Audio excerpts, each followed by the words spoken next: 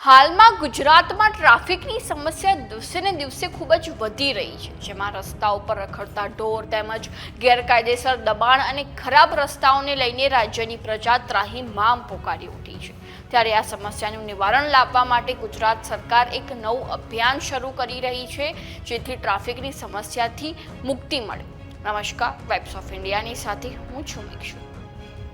તાજેતરમાં ગુજરાતમાં ટ્રાફિક સમસ્યાનો મુદ્દો દિવસે ને દિવસે ઉછળી રહ્યો છે, જેમાં રાજ્યના લોકો આ સમસ્યાથી કંટાળી પણ ગયા છે, તેમજ બીજી બાજુ હાઈકોર્ટ દ્વારા પણ સરકારને ટ્રાફિકની સમસ્યા ઉકેલવા માટે ટકોર કરવામાં આવી હતી।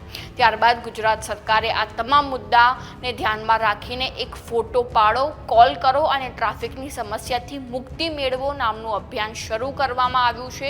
અને આ અભિયાન અંતર્ગત ટ્રાફિક સમસ્યાથી પીડિત વ્યક્તિએ હેલ્પલાઇન નંબર 180023311122 પર કોલ કરીને સમસ્યા અંગેની ફરિયાદ કરવાની રહેશે અને આ ફરિયાદ બાદ જે તે જિલ્લાના પોલીસ દ્વારા આ ફરિયાદનો તાત્કાલિક નિરાકરણ લાવવામાં આવશે। ત્યારબાદ લોકો હેલ્પલાઇનના ઓપ્શનમાં સિટીઝન ફર્સ્ટ એપ પર ટ્રાફિકની સમસ્યાનો ફોટો પણ અપલોડ કરી શકે છે।